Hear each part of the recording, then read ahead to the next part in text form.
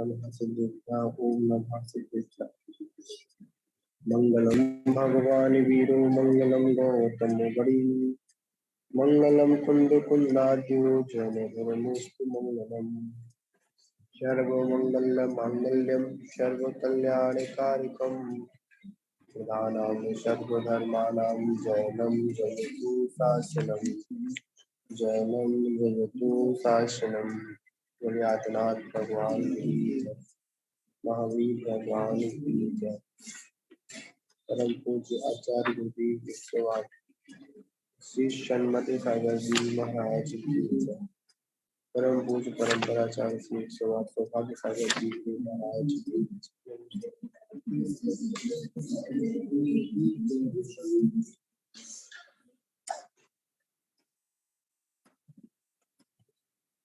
अपना विषय चल रहा था जीव की खोज की ओर, क्योंकि संसारी जीव हैं और उन संसारी जीवों की खोज करना, इसी को कहते हैं 24 खाना। इसी को अपन कहते हैं मारगड़ा। क्योंकि जब तक हम अपने इस उपयोग को उसमें लगाए कैसे, क्या जो हमारा उपयोग है और इस जीव ने कहाँ कहाँ की किस किस अवस्था में यात्रा की है, इन सारी चीजों का निर्णय करने से हमारे अंतरंग में एक वैराग्य का भाव अंकुरित होता है। इसलिए आचार्यों ने कहा कि स्वाध्याय कर्म तपः है। क्या कहा? स्वाध्याय परमः तपः। क्योंकि स्वाध्याय ही एक हमारे लिए परम तप है, क्योंकि हम स्वाध्याय के माध्यम से ही अपने उपयोग को व्यवस्थित कर सकते हैं। और अगर हमारे जीवन में स्वाध्याय नहीं, तो हम चाहे कितना भी किन्हीं साधनों से अपने उपयोग को व्यवस्थित करें, तो वह उपयोग हमारा व्यवस्थित नहीं होता। आज अगर सबसे अधिक अगर चलायमान है तो हमारा ये उपयोग मन है। तो इन सारे विषयों को बदलाने के लिए आचार प्रवर हम सभी लोगों को इस 24 थाना, और ये 24 थाना जीव कांड के ऊपर आधारित दो ग्रंथ हैं, एक जीव कांड और एक कर्म कांड। जीव कांड में जीव के विषय में बतलाया गया कि ये जीव कहाँ कहाँ किन किन योनियों में किस किस अवस्था में पर भ्रमण करता हुआ आया।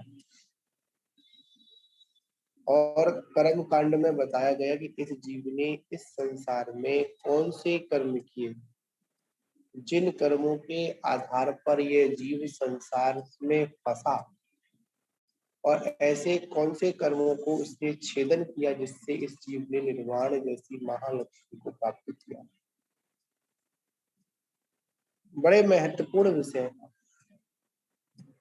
क्योंकि हम लोग को इसको बड़ी अगर गंभीरता में इस विषय को लेंगे तो निश्चित है हमारा उपयोग व्यवस्थित होगा। और अगर इस विषय को अगर हम गंभीरता में नहीं लेंगे तो हमारा विषय कभी भी हमारा मन क्या नहीं हो सकता, स्थिर नहीं, क्या नहीं हो सकता, स्थिर नहीं हो सकता। तो इसी विषय में अब आगे क्यों चलते हैं। आज चर्चा होगी जीव समास। अभी तो चर्चा किसकी थी, हम लोगों ने गुणस्थान की चर्चा की थी। अब यहाँ पर जीव समास की चर्चा करें, बड़ा महत्वपूर्ण विषय है। तो जीव समास किसे कहते हैं, क्या पहले अपन जी समझे कि जीव समास किसे कहते हैं। तो उसमें आचार्य कहते हैं समस्त संसारी जीवों को संक्षेप में बतलाने की विधि को जीव समास कहते हैं। क्या कहते हैं कि समस्त संसारी जीवों को संक्षेप में जो बतलाने की जो विधि है, इससे बड़ी कोई दूसरी विधि नहीं होगी जो विधि यहाँ पर बतलाई जा रही है। वो विधि क्या है, तो कह रहे हैं विधि को आगे बताइए। पहले अपन कोई हमसे प्रश्न कर दे ये जीव समास किसे कहते हैं, तो यहाँ पर हमको एक बार में एक ही शब्द से उसको बतलाना है कि समस्त संसारी जीवों को संक्षेप में बतलाने वाली विधि को क्या कहते हैं, जीव समास कहते हैं। तो आता है समस्त ते संक्षिप्ते जीवः येषु ये नाम ते जीव समासः। तो मतलब जो पद्धति है, मतलब जो विधि है, अब कैसे वैसे वैसे तो संसार में अनंत जीव है, तो कहते हैं अनंतानंत जीव या अनंतानंद जीवों और उनके भेद प्रभेद का जिसमें संग्रह किया जाए उसे जीव समास कहते हैं। क्या कहते हैं, जिसमें क्या किया जाए, अनंतानंत जीव हैं, उनके भेद और प्रभेद का जिसमें संग्रह किया जाए उसे क्या कहते हैं, उसको जीव समास कहते हैं। जीव समास कितने होते हैं, 14 प्रकार के जीव समास होते हैं। कितने भेद किए गए, 14 भेद किए गए। किसके किए गए, जीव समास के। आदित्य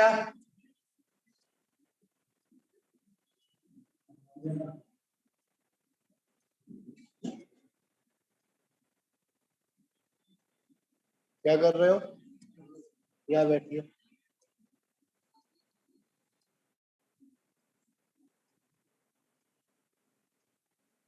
कितने होते हैं, 24 होते हैं। तो हाँ, 14 जीव समास होते हैं। कौन कौन से होते हैं, पहले अपन समझ लें। एक होता है सूक्ष्म, एक होता है बादक, एक होता है पर्याप्तक और एक होता है अपर्याप्तक। ठीक, इसके बाद में एक इंद्री, दो इंद्री, तीन इंद्री, चौंद्री, पंचेंद्री। ठीक है ना, पंचेंद्री में संगी और असंगी क्या जाता है, पंचेंद्री में संगी और असंगी आ जाता है। क्या है, संगी और असंगी। अब देखिए समझते हैं इसको ऊपर।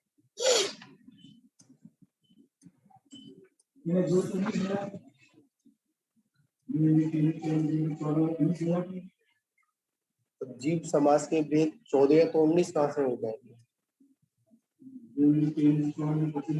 हाँ बताते आपको कैसे होंगे, पहले उसकी परिभाषा समझो ना, उसकी कैसे होंगे। इसमें 3 चीजों में अपने को समझना है, एक इंद्री से लेकर पंचेंद्री तक।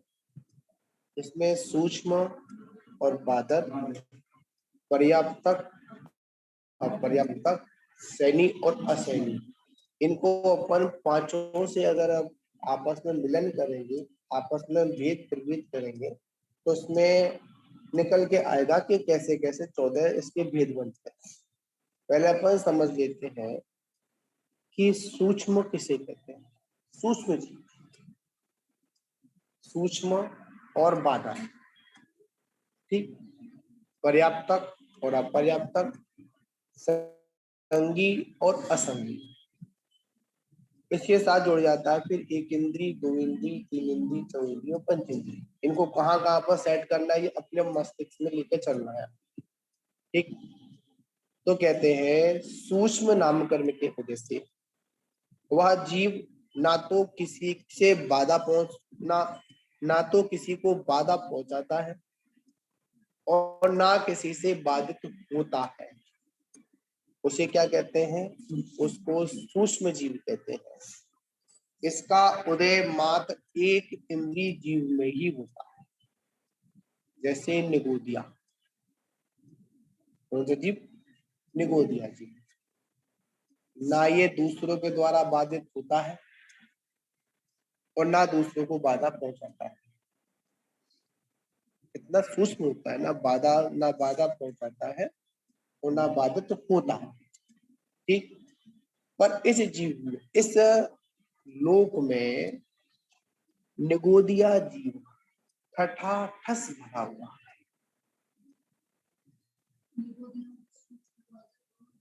दोनों बादर भी है, सूक्ष्म ही है। तो आप समझते हैं क्या क्या होता है। तो इसमें कहते हैं, देखिए,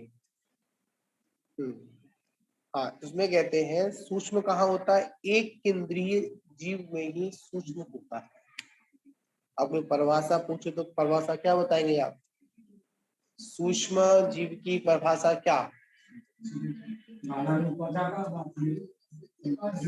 अरे पहले की भाषा तो बोलो। सूक्ष्म नाम कर्म के उदय से जिस जीव की क्या, सूक्ष्म नाम कर्म के उदय से जो जीव ना दूसरों को बाधा पहुंचाता है ना दूसरों से बाधित होता है, उसे क्या कहते हैं? सूक्ष्म जीव कहते हैं। हाँ जी, आज किसी जाता है नहीं। एक बात है, आप जो बता रहे हैं वायरस और बैक्टीरिया, ये साइंस के द्वारा पकड़ में भी आ जाता है। बादल जीव, सूक्ष्म जीव। सूक्ष्म जीव किसी भी यंत्र के द्वारा ग्रहण नहीं किया जाए। बादल में रखे, बादल में भी अति सूक्ष्म नहीं। अगर कोई चीज अगर किसी के द्वारा अगर पकड़ में आ गई तो वो सूक्ष्म की परिभाषा से खत्म हो गई। सूक्ष्म क्या? सूक्ष्म वो है जो किसी भी यंत्र के द्वारा ज्ञान में ना आए, और जो ज्ञान में आ गई वो सूक्ष्म कहाँ से रही? फिर बादल होगी ना। ये कि सूक्ष्म थी, मतलब कहने में, व्यवहार में कहा जाएगा कि दिखने में नहीं आ रहा। हाँ, सूक्ष्म जीव दृष्टि गोचर नहीं होता, बादर जीव दृष्टि गोचर होता है, बाधित भी होता है। कोरोना वायरस जो है बाधित, मृत्यु को प्राप्त भी होती है, टकराता है तो मृत्यु नहीं होती उसकी। ठीक है। और न उनकी क्या, उनकी किसी के टकराने से मृत्यु न सामने वाले की होती है न उसकी। ठीक है ना। तो यहाँ पर विषय यहाँ पर समझना है। वो जो आजकल जो वायरस चल रहा है, ये सूक्ष्म नहीं है, बादल। ठीक। तो ये किसके? एक इंद्रिय जीव के ही होता है। इसके होता है एक इंद्रिय जीव के ही होता है। अब आता है बादल। अब आता है बादल जीव किसे कहते हैं? तो इसमें आता है बादर नाम कर्म के उदय से जीव दूसरों को भी बाधा पहुंचाता है और स्वयं भी बाधित होता है, उसको बादर जीव कहते हैं। यह कैसे होते हैं? यह एक इंद्रिय में तो सूक्ष्म और बादर दोनों होते हैं। एक इंद्रिय में तो सूक्ष्म और बादर दोनों होते हैं, पर दो इंद्रिय से लेकर पंच इंद्रिय तक सभी बादर ही होते हैं, सूक्ष्म नहीं होते हैं। कैसे होते हैं? दो इंद्रिय से लेकर पंच इंद्रिय तक सब कैसे होते हैं? बादर होते हैं, सूक्ष्म नहीं होते। ठीक है ना। इस बात को भी समझता है। इसके बाद अपन आगे चलते हैं। अरे बाबा। इसके बाद आगे का विषय आता है पर्याप्ति और अपर्याप्ति। पर्याप्ति किसे कहते हैं, पहले बताया था हमने।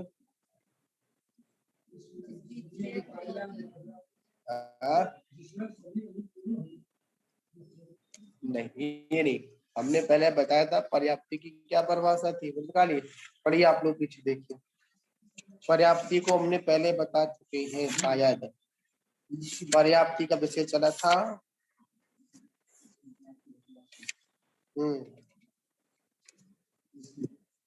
बताओ।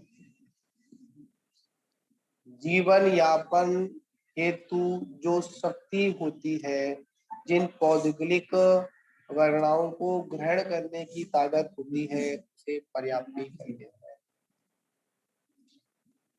जीवन यापन के लिए भौगोलिक शक्ति को ग्रहण करना क्या कहलाती है, पर्याप्ति कहलाती है। ये सारी चीजें हम सभी लोगों को समय समय पर याद रखनी पड़ेगी। आता ना मैं संसारी प्राणी किसी भी जीवन योनि में उत्पन्न हो, जब तक वो जीवित रहता है, पर्याप्त यहाँ की आता है। हाँ, इसमें कह रहे हैं जन्म के समय भौगोलिक परमाणुओं को ग्रहण कर जीवन धारण में उपयोगी विशिष्ट प्रकार की भौगोलिक शक्ति की प्राप्ति को क्या कहते हैं, पर्याप्ति कहते हैं। इसका विपरीत मतलब इन भौगोलिक शक्तियों को ग्रहण नहीं कर पाए वह पर्याप्तिक है, और जो ग्रहण कर ले वो क्या है, वो पर्याप्तिक कहलाता है। सब सीधी सीधी बात है आपका, ठीक है। इसके बाद आता है संगी और असंगी। क्या आता है, संगी और असंगी, मतलब जिसमें जानने की शक्ति होती है उसे क्या कहते हैं, संगी कहते हैं, और जिसमें जानने की शक्ति नहीं होती उसे क्या कहते हैं, असंगी कहते हैं। आप लोगों ने बालबुद्ध तो पढ़ा होगा ना, पीछे बैठे हो, बालबुद्ध पढ़ा है आप लोगों ने, बालबुद्ध पढ़ा है, भाग एक भाग दो किसने पढ़ा है शिविर में, है आप लोगों ने पढ़ा है। संगी किसे कहते हैं, जिनके मन होता है, ठीक है ना। असंगी किसे कहते हैं, जिनके मन नहीं होता, ठीक। अब इसमें कहते हैं, समझ में आ गया आप लोगों के। अब यहाँ पर आ गया अपना कि एक इंद्री, दो इंद्री, तीन इंद्री, चौंद्री और पंच इंद्री। अब हम इसमें से अब उसको इन चीजों के इर्द गिर्द ही हम पूरी 14 जीव समासों को निकालें।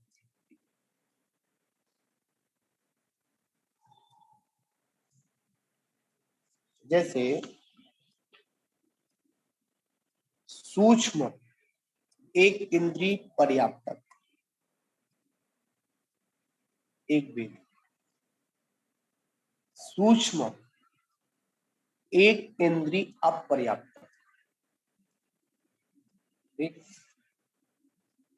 बादर एक इंद्री पर्याप्तक, बादर एक इंद्री अपर्याप्तक। कितने वेद हो गए, 14 वेद हुए। कितने वेद हुए, हाँ 4 वेद हुए ना। कैसे कैसे बताओ, एक इंद्री में कितने वेद किए, हाँ कितने वेद किए, 4 वेद किए। कितने वेद किए, 4 वेद किए। पहले ही समझने वाली बात थी, सूक्ष्म एक इंद्री में ही होता है, 2 इंद्री में सूक्ष्म का भेद नहीं होता, वहां पर बादर ही होता है। एक इंद्री बादर भी होता है और सूक्ष्म भी होता है। बादर में क्या आएगा, सपोज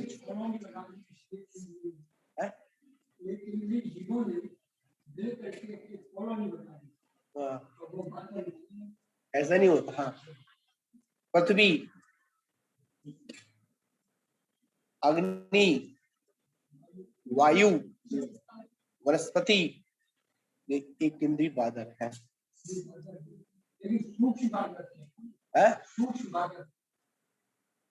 नहीं ये तो बादल है, ये तो बाधित हो रहे हैं ना लोगों से। हाँ हाँ,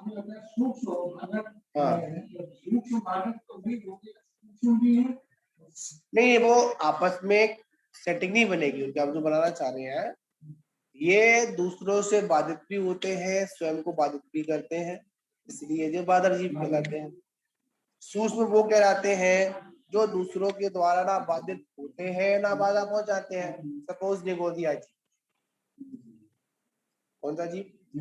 निगोदिया जी आता है और निकल जाता है, ना ये किसी के द्वारा बाधित होता है, ना ये रुकता है और ना किसी को रोकता है। ठीक है ना? तो एक इंद्रिय में चार भेद हुए, सूक्ष्म, एक इंद्रिय पर्याप्तक, सूक्ष्म एक इंद्रिय अपर्याप्तक, बादर एक इंद्रिय पर्याप्तक और बादर एक इंद्रिय अपर्याप्तक, चार भेद हुए। ठीक, अब इसके प्रभेद करेंगे तो और हो जाएंगे। क्या करेंगे? इसमें आता है, देखिए इसमें भी एक विषय आता है, आप समझ, आपने जो कहा पृथ्वी सूक्ष्म कायिक, जिस नामकरण के उद्देश्य से जीव सूक्ष्म पृथ्वी को ये अपना शरीर बनाते हैं उन्हें सूक्ष्म कहते हैं। इसी प्रकार जल कायिक, अग्नि कायिक और वायु कायिक को जान लेना चाहिए। अब इसमें आता है कि जिस नामकरण के उद्देश्य से जीव पृथ्वी को ही अपना शरीर बनाते हैं वो बादल पृथ्वी कायिक है। इस प्रकार बादल में सबको लगा लेना चाहिए। अब यहाँ पर विषय ये है कि सूक्ष्म तो अलग विषय है और बादल अलग विषय है। यहाँ पर दोनों में एक इंद्री और दो इंद्री लगा रहे हैं। कुछ पृथ्वी कायक, जल कायक, अग्नि कायक, वायु कायक ऐसे होते हैं जो बादल भी होते हैं और सूक्ष्म भी होते हैं। सूक्ष्म क्या हमको दिखते नहीं है और बादल हमारे हमको दिख जाते हैं। इस तरह का उसको लगा लेंगे। इसके बाद आता है दो इंद्रिय जीव, कितना आता है? अब यहाँ पर वनस्पति काय में भी आ जाता है।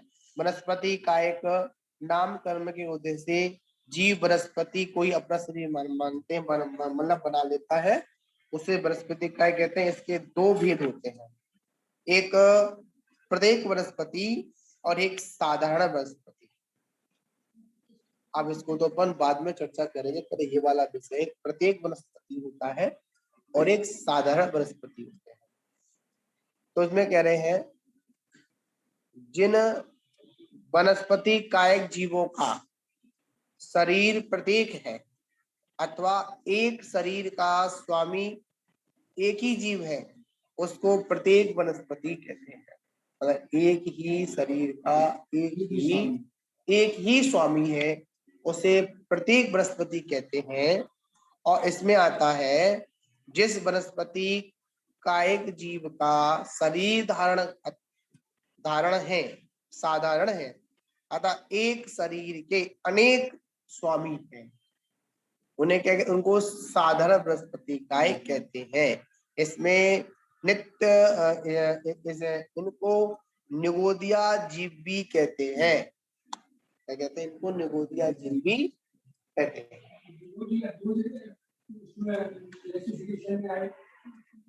देखिए निगोदिया इसमें कह रहे हैं एक ही शरीर के एक ही स्वामी हो, जिसको मतलब प्रत्येक वनस्पति कहते हैं। जैसे निगोदिया जीव एक सांस में 8-10 बार जन्मो मरो भरो, तो एक ही शरीर में वो अनेक बार वो जन्म और मरण को प्राप्त करता है।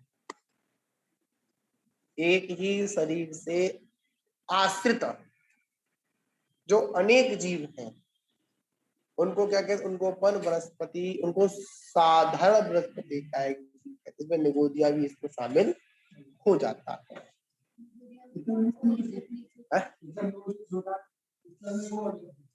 पहले इसकी चर्चा है, इतर निगोद और नित्य निगोद चर्चा बाद में करेंगे। अपन पहले अपन जो चल रहा है उस विषय चर्चा करते हैं। हाँ जी बोलिए, मतलब क्या कह रहे हैं आप? समझ गए ना? मतलब एक होता है, अब इसके भी दो भेद होते हैं, एक साप्रतिष्ठित वनस्पति कायिक, एक साप्रतिष्ठित प्रत्येक वनस्पति कायिक।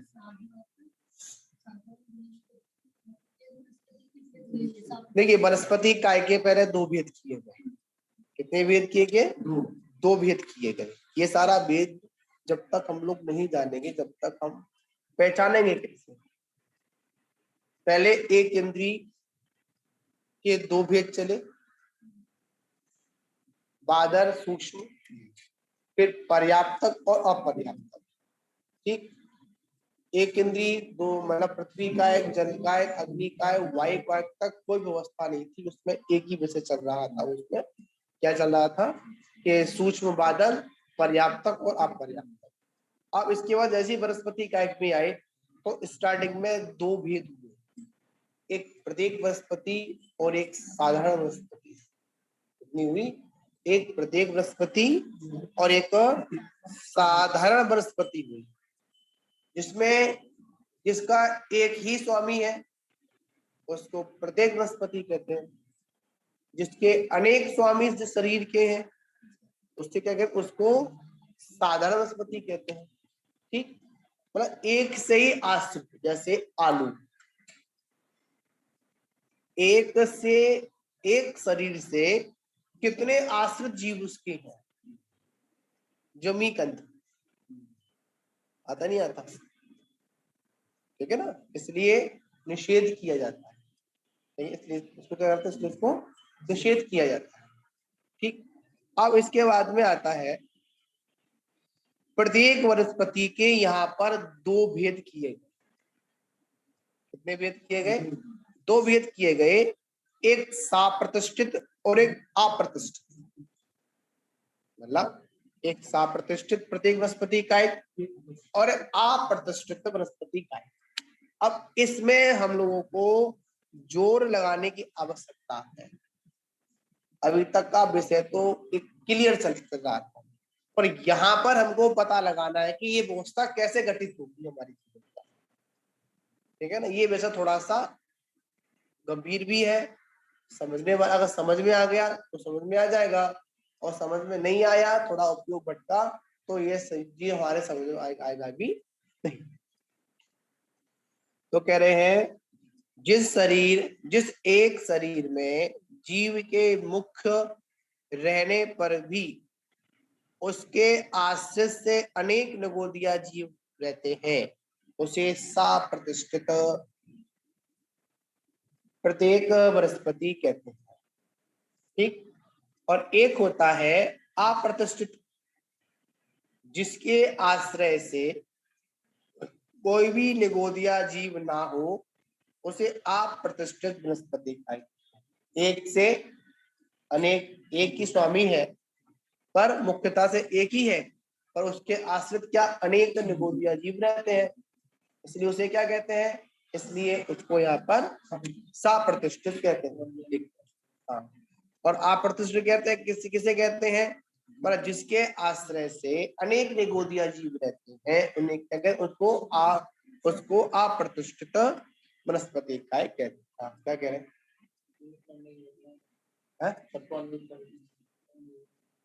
अनम्यूट कर दे, अच्छा करो, अनम्यूट करो।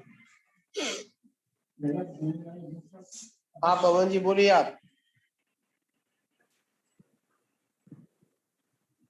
मैं ये कह रहा हूँ जी, जो एक इंद्रिय बादल है उसकी परिभाषा सीधी है कि जो दूसरे को रुक सके या दूसरे को रोक सके, उसका नाम बादल। हाँ तो वही तो यहाँ पे कह रहे हैं, वही तो यहाँ पर कहा जा रहा है, जो दूसरों के द्वारा बाधित हो और दूसरों को बाधा पहुंचे उसको बादल जीव कहते हैं, और जो दूसरों के द्वारा बाधित ना हो, ना बाधा पहुंचे, उसे सूक्ष्म जीव कहते हैं। वही यहाँ पर विषय चल रहा है, आप जो बोल रहे हैं वही यहाँ पर चल रहा है, अलग से कुछ चल रहा एक। अब ये जटिल मार्ग है, ये जटिल विषय है, ये एक बार में समझ में नहीं आएगा। हाँ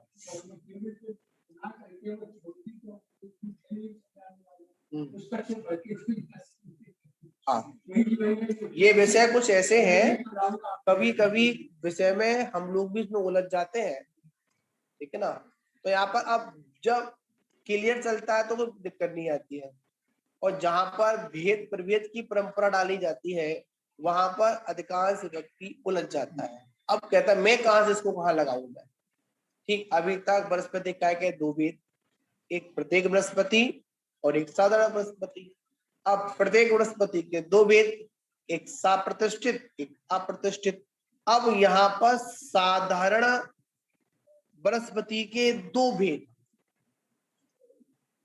एक नित्य निगोदिया, एक इतर निगोदिया। इसके एक नित्य निगोदिया, एक इतर निगोदिया। मतलब जिन्होंने अनादिकाल से आज तक निगोद के अलावा अन्य पर्याय को प्राप्त नहीं किया, उन्हें क्या कहते हैं? उनको निगोदिया जीव कहते हैं, नित्य निगोदी कहते हैं। और जो नित्य निगोद से निकलकर अन्य पर्यायों को प्राप्त कर पुनः निगोद में पहुंच चुके हैं, उनको क्या कहते हैं? अपन इतर निगोदिया कहते हैं। यहाँ पर एक बात सिद्ध हो गई, जो निगोदिया जीव है वो वनस्पति कायिक का भेद है।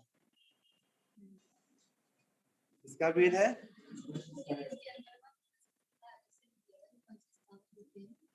ये भेद और प्रभेद की बात करेंगे, अभी तो भेद बता रहे हैं।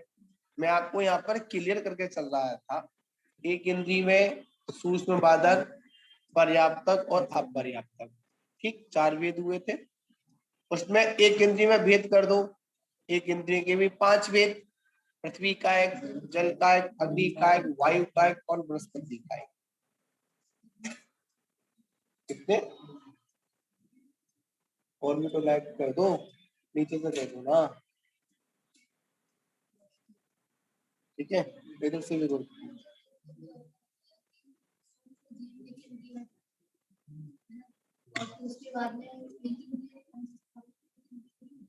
हाँ,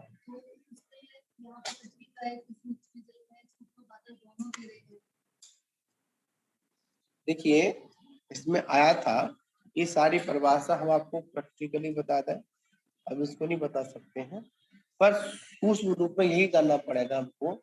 जिनका सूक्ष्म नामकरण के वजह से पृथ्वी कायक में जन्म होता है, उनको क्या कहते हैं? अपन उसको सूक्ष्म कहते हैं। ये पैसा लगाना पड़ेगा इसमें, इसकी यही परिभाषा आती है। डिटेल्स के लिए आगे वाले ग्रंथों को पर आप पढ़ेंगे तो उसमें क्लियर होगा, ठीक है? अब वनस्पति एक इंद्रिय कितने वेद? 5 वेद। कौन कौन से? ठीक है। वनस्पति काय के कितने वेद?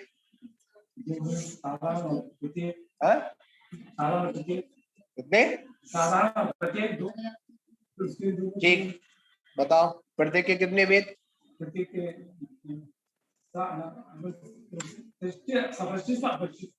ठीक है। और साधारण के? अच्छा, वो तो प्रत्येक वनस्पति के 2 वेद हुए, साप्रतिष्ठित और अप्रतिष्ठित। अब इसमें आता है, उसमें किसमें आपका साधारण वनस्पति काय के 2 वेद, नित्य निगोदिया और इतर निगोदिया। नित्य निगोदिया और इतर निगोदिया, ठीक है? अब यहाँ पर चलते हैं, अपन आगे की ओर चलेंगे। तो विषय अपना आता है कि 2 इंद्रिय पर्याप्तक और अपर्याप्तक। क्या आएगा? 2 इंद्रिय जीव कैसा आएगा? पर्याप्तक और अपर्याप्तक। क्यों आएगा? क्योंकि इसमें सूक्ष्म जीव तो होते ही नहीं है। कितने हो गए? 6। 3 इंद्रिय जीव पर्याप्तक और अपर्याप्तक 8। 4 इंद्रिय जीव पर्याप्तक और अपर्याप्तक 10। ठीक, फिर आता है असंगी पंचेंद्रिय पर्याप्तक और अपर्याप्तक 12।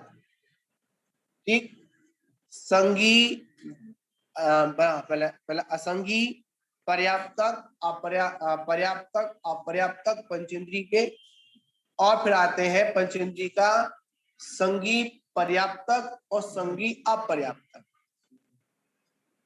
कितने हो गए? बताओ 14 वेद कैसे हुए?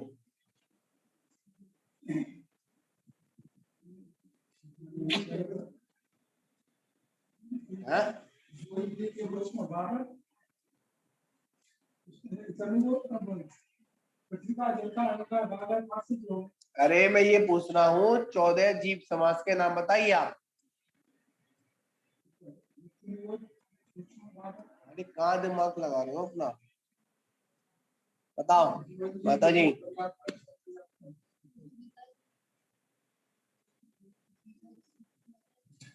वो तो मैंने एक गिनती के भेद किए थे, आप तो क्लियर बताओ कैसे कैसे बताओ,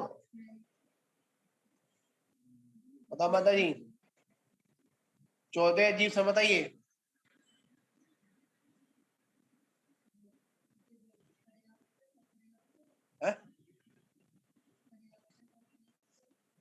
हम्म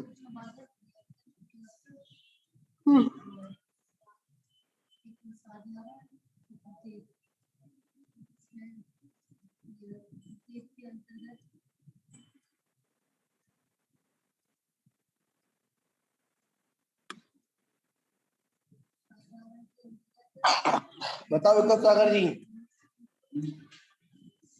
ऐसे काम थोड़ी चलेगा, समझिए। एक इंद्री, दो इंद्री, तीन इंद्री, चौंद्री, पंच इंद्री, इनमें हमको 14 वेदों को कन्वर्ट करना है। सूक्ष्म बादल एक इंद्री, पर्याप्तक अपर्याप्तक एक इंद्री, दो इंद्री पर्याप्तक अपर्याप्तक, तीन इंद्री पर्याप्तक अपर्याप्तक, चौंद्री पर्याप्तक अपर्याप्तक। ठीक, कितने हुए? 10। पंचेंद्री असंगी पर्याप्तक अपर्याप्तक, संगी पर्याप्तक अपर्याप्तक, कितने हुए बताओ?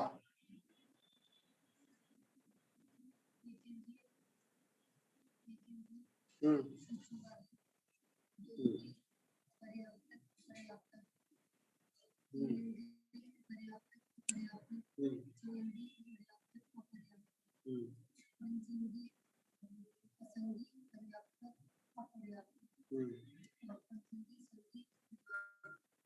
कितने भाई? 12। दोबारा बताओ।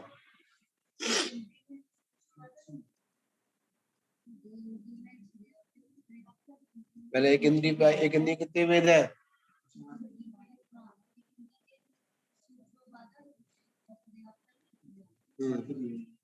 करो।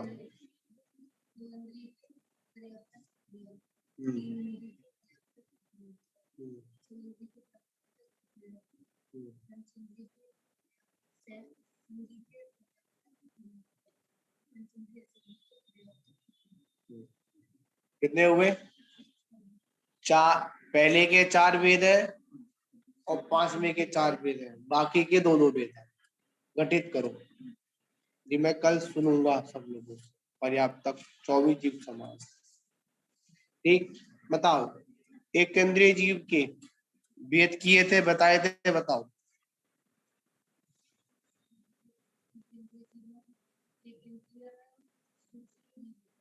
ठीक है,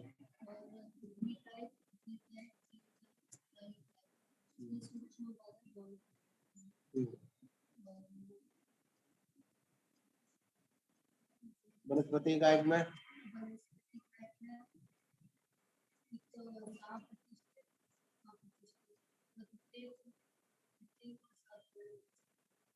प्रत्येक और साधारण।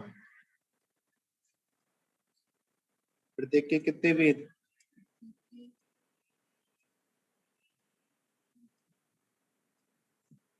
7 प्रतिष्ठित और अप्रतिष्ठित।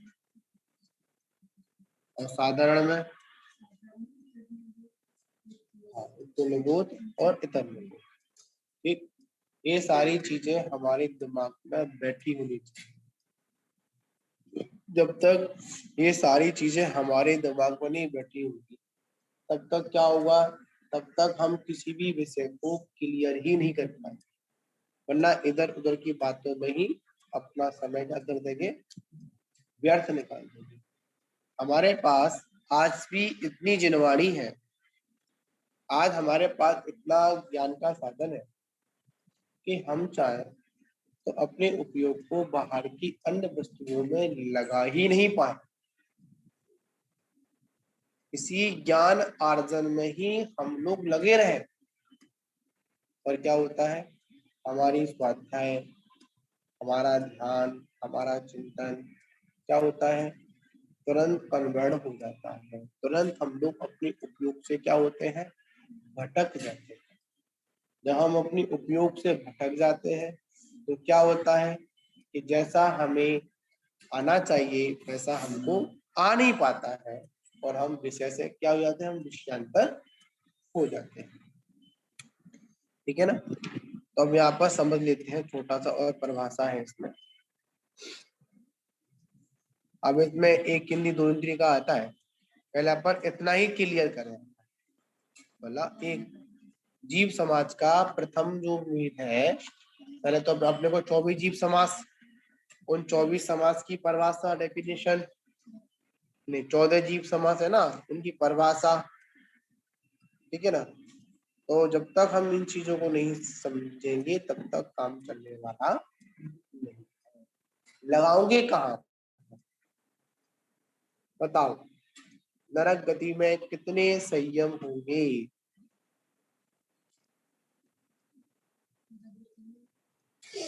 बताओ कत्त सागर जी। नरक गति में संयम कौन सा होगा? अच्छा, संयम, संयम मार्गड़ा में संयम की भेद बताओ।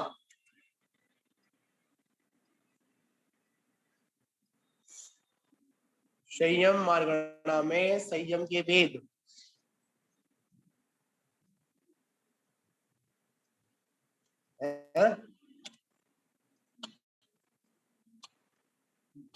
निकालो ज्ञान अमृत अपना, बताओ।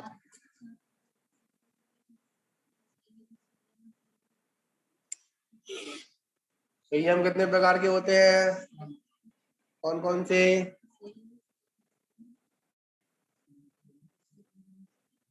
मतरी श्री मतरी, संयम कितने प्रकार के होते हैं, कौन कौन से?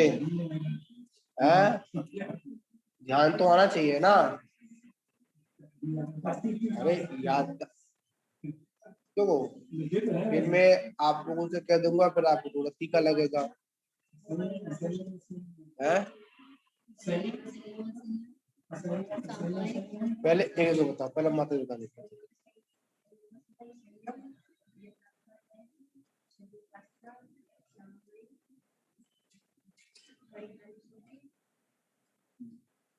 विक्रम से लेकर रखो, बताओ सुवारे से।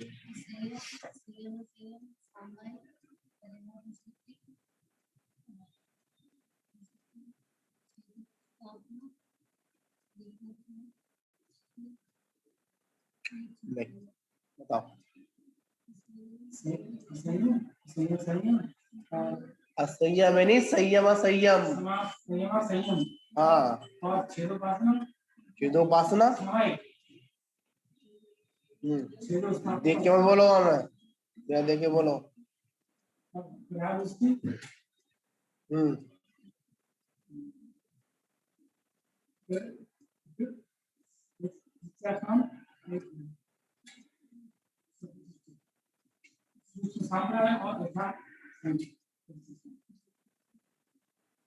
ये प्रयोग दोनों बोल पा रहा हूँ।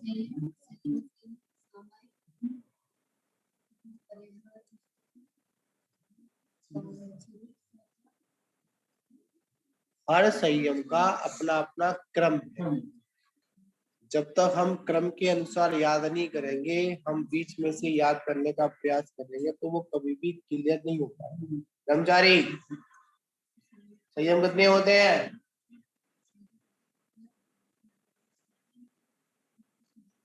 असंयम,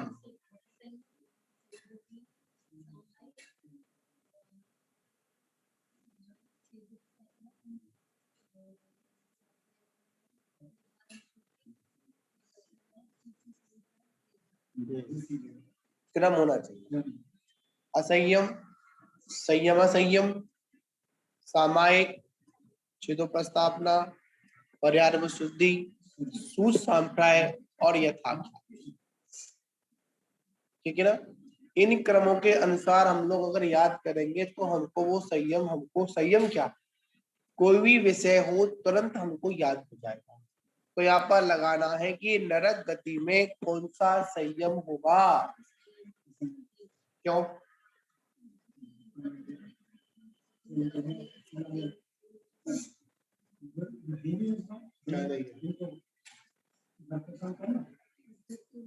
तो नपुंसक क्या, जो नपुंसक होते वो संयम स्वीकार नहीं कर पाते क्या?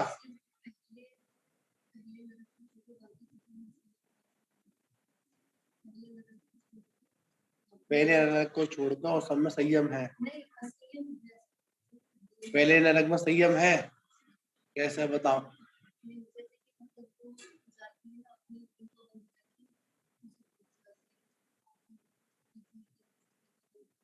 सीधी सीधी स्पष्ट बात है, नरक और द्वितीय गति में संयम का अभाव है।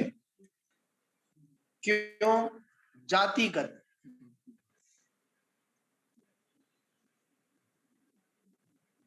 कोई अगर प्रश्न पूछ दे ऐसा क्यों,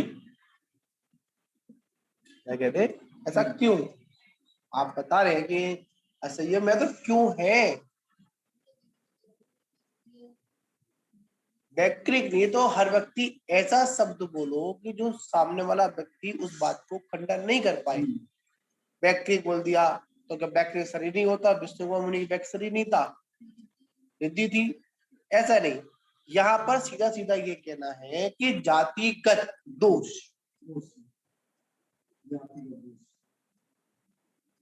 इसके अलावा कोई आपसी कोई दूसरा क्वेश्चन कभी नहीं कर पाएगा, बोल ही नहीं पाएगा। अब क्या बोलेगा जब हमने पहले ही कह दिया कि जातिगत उनके असंयम ही है, तो किंतु परंतु कुछ भी लगेगा नहीं, वहां पर कोई विषय वहां पर निर्धारित होगा ही नहीं, समझा? तो यहाँ पर ये विषय यहाँ पर ऑटोमेटिक क्लियर चल रहा है। ठीक है, आप बताइए त्रंच गति में कितने संयम होंगे?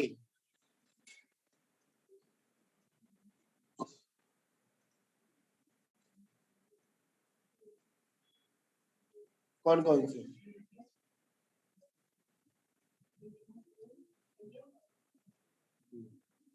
कितने होते खबर जी? त्रंच गति में कितने संयम होंगे?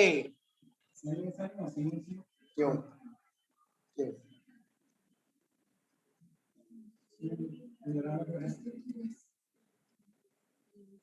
क्योंकि त्रिंचों में द्वितीय गुण मतलब त्रिंचों में सिर्फ देश संयम की व्यवस्था है, सकल संयम की व्यवस्था नहीं है। इसकी व्यवस्था है, देश संयम की व्यवस्था है। इसलिए संयमा असंयम, संयम भी है और क्या है, असंयम भी है। संयम क्या, व्रतादि है, एक देश संयम व्रत स्वीकार किए। असंयम क्या, सर्वदेश मतलब सूक्ष्म को स्वीकार किया, नहीं बादर का त्याग किया, सूक्ष्म का त्याग नहीं किया। मतलब बादर हिंसा का त्याग किया, सूक्ष्म हिंसा का त्याग नहीं किया। इसलिए कौन सा, अब त्रिंचों में क्या है, तो यहाँ पर भी लगा देंगे जातिगत उनके पंचम गुण स्थान ही होता है, संयमा संयम ही होता है। त्रिंचों में सकल संयम धारण करने की पात्रता नहीं है, इसलिए उनके कौन सा गुण स्थान, उनके संयम कौन सा कहलाएगा, संयमा संयम। असंयम संयम नहीं है, पहले संयम है बाद में असंयम है। क्या है? हाँ, संयमा संयम बोलेंगे, ना कि जगह दो उनको सुबह गई। हाँ, सकल संयम, संयम है और असंयम भी है, संयम भी है और क्या वहां पर असंयम भी। बताओ ब्रह्मचारी, तुम्हारे पास क्या है, संयम असंयम, सामायिक छेदोपस्थापना, पर्याय शुद्धि, यथाख्यात्र। चार में से क्या है तुम्हारे पास?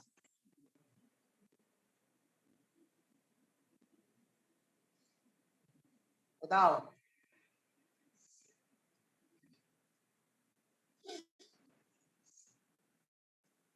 बताओ अनपेक्षा बहन जी, तुम्हारे पास हमें कहा है?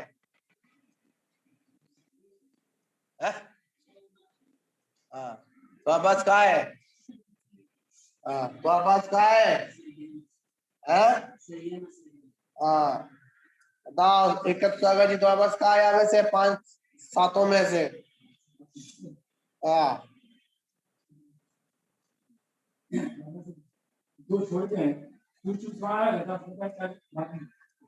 पांच पांच है तुम्हारे पास, तो तुम असंयमी हो तुम तो? दो छूटने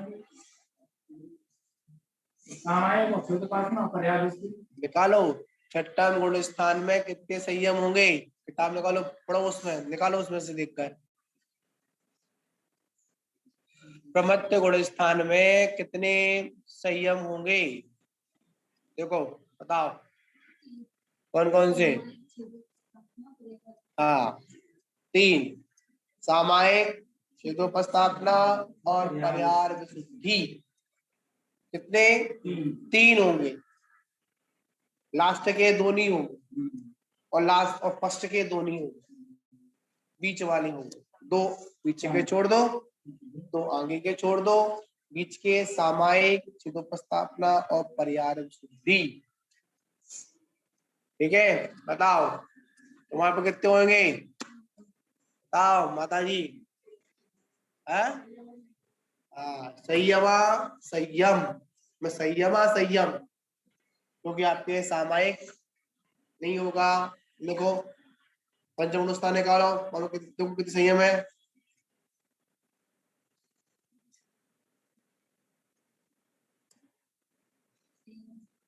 एक। कौन सा होगा? संयमा संयम नाम का क्या होगा? ठीक है ना? तो हम सभी लोगों को इन सारी चीजों को 20-20 में से कभी भी पूछा जा सकता है। बताओ एकत्र सागर जी, तुम्हारे कितनी कसाएं हैं?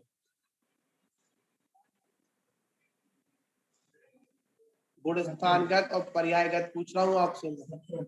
बताओ कौन कौन सी? 17 कौन कौन सा?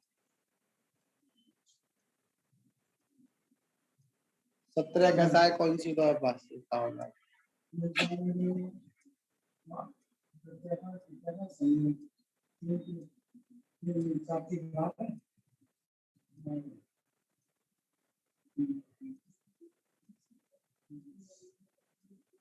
तुम लोग अपने गुण स्थान बंद करो, किताब सुनो, तब बंद करो, तुम करो।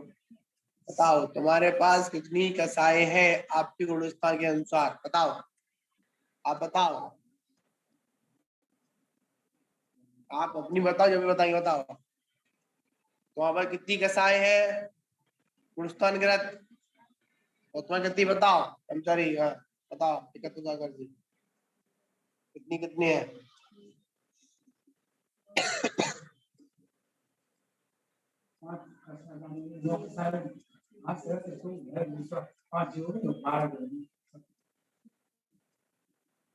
तुम्हारे पास कितनी है ये बताओ हमें। कैसे गिनती बताओ हमें।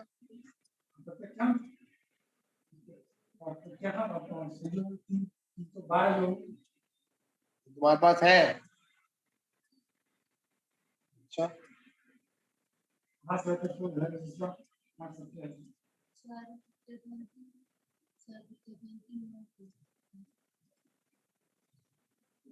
कितनी हुई? गलत। आप अपनी सुनो। 9 9 और 4 कितनी हुई? 9 और 4 11। 9 का साहब पूरी है। सावे नपुंसक हो, स्त्री भी हो और पुरुष भी हो, और 4 संजुलन की, सिर्फ 4 संजुलन की। अगर आपके पास प्रत्याख्यान आप प्रत्याख्यान तो हम आवृत्ति नहीं होते। ठीक है, कितनी हुई? 11। 17 होती कंटक पड़े हो तुम?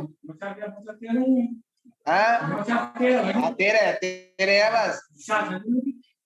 वो तो जोड़ रहे हैं, 9 कसा और 4 समझो नहीं की 13 अपने आप आएगा ही। क्यों प्रत्याख्यान को आएगा? प्रत्याख्यान के अभाव में ही तो ये मतलब वो होते हैं। छठा गुणस्थान में कितनी कसाएं हैं? 17 बोल रहे हो? 13 बोलो ना। 9 मतलब 4 चौकड़ी की और मतलब 9 कसाएं, 9 कसाएं। अगर आप प्रत्याख्यान में चले जाओगे तो आपका महावृत आपने कहां से ले ली मिला अपनी? अगर प्रत्याख्यान कर्म का उदय है तो महावृत्ति नहीं बन पाओगे, अणुवृत्ति नहीं बन पाओगे। और आप प्रत्याख्यान का उदय है तो अब वो नहीं बन पाओगे आप। हाँ बताइए, बताओ। हाँ हाँ हाँ, देखो किताब में अपनी कितनी, तो किताब बोलो अपनी अपनी। देखो पंचम गुण स्थान में कितनी कसाएं होती हैं? देखो वहां में किताब में, देखो खोलो पन्ना, खोलो अपना, निकालो पंच गुण स्थान, निकालो वहां में अपने किताब में। अरे किताब खोलो दो, लिखो मत पे, तुम किताब खोलो अपनी। क्या में पंचगुण सत्य कथाएं है ना, अनंतार मंदी और प्रत्याख्यान के अलावा छोड़कर, ये लिखा होगा। आगे पन्ना पलटो, छठवा देखो, दिखाओ इनको एकत्व सागर को। हाँ कितनी हो गई? 13 कसाए। गुणस्थान 24 थाना रटा हुआ पड़ा हुआ है। सबसे बड़ा जी पढ़ो हमने, बहुत चिल पड़ती।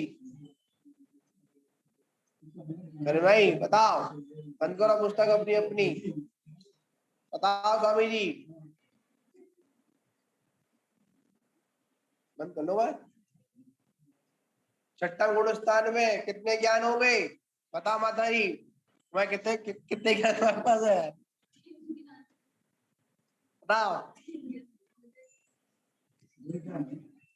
कौन कौन से? बस मैं छठा गुणस्थान की बात कर रहा हूँ। हाँ भवन महाराज, आवाज करो भवन जी की, आवाज बंद है।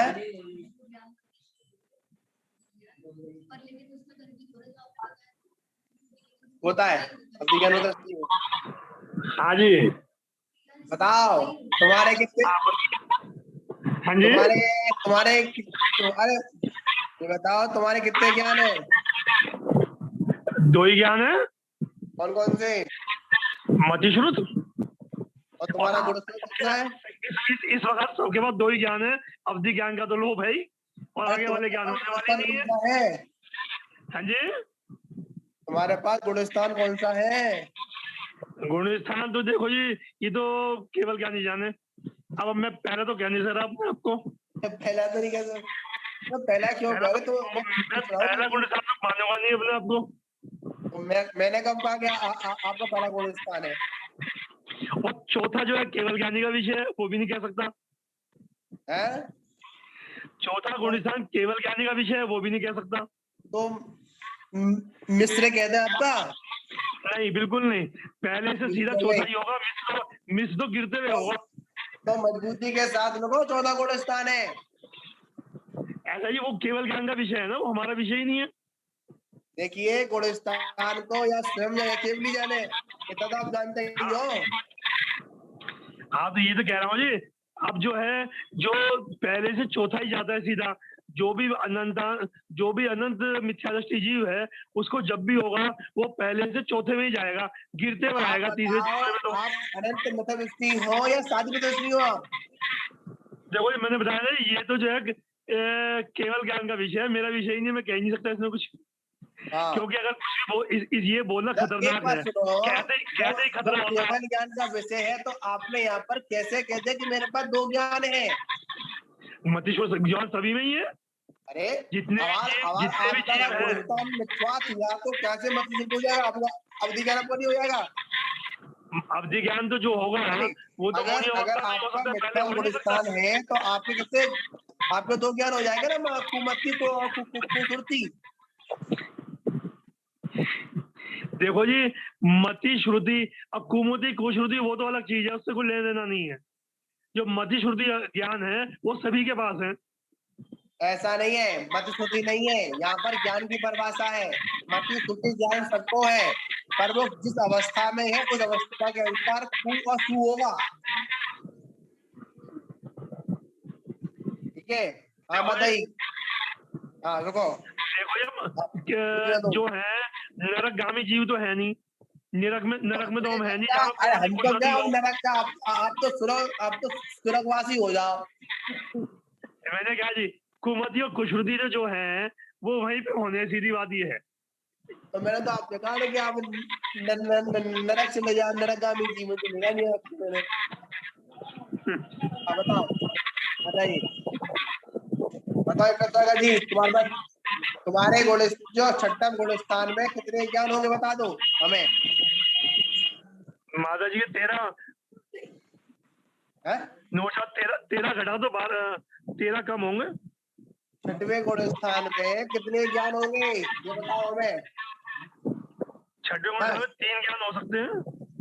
हैं? 3 ज्ञान हो सकते हैं। कौन कौन से? मति श्रुति अवधि।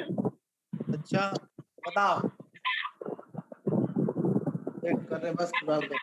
हाँ, बताओ जी, ये कल सुनूंगा तुमसे मैं, आऊंगा नहीं आज तुम्हें, आज मैं लिख के बतानी है। तो छठवें गुण स्थान में कितने ज्ञान होते हैं?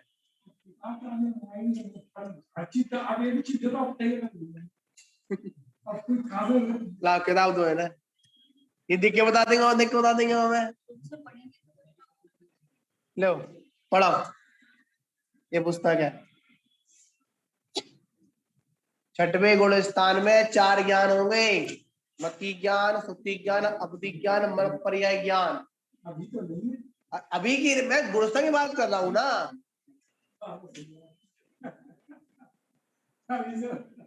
बता माता जी कितने होंगे तुम्हारे पास? हैं? 3, मति ज्ञान, शुद्धि ज्ञान, अवधि ज्ञान। पंचगुण स्थान की अपेक्षा से क्यों नहीं होगा? अवधि ज्ञान होता है, स्त्रियों को भी देवांगनाओं को अवधि ज्ञान होता है। ठीक है, अवधि ज्ञान होता है, कोई दिक्कत नहीं। पर्याय में, स्त्री पर्याय में अवधि ज्ञान होता है।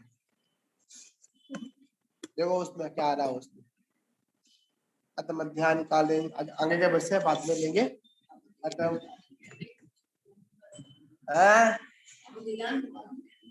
नहीं, अवधि ज्ञान उसे कहते हैं कि आपने अपनी अवधिगत क्या, जहां जहां तक हमारी मम्मी की दृष्टि जाए वो अवधि ज्ञान है।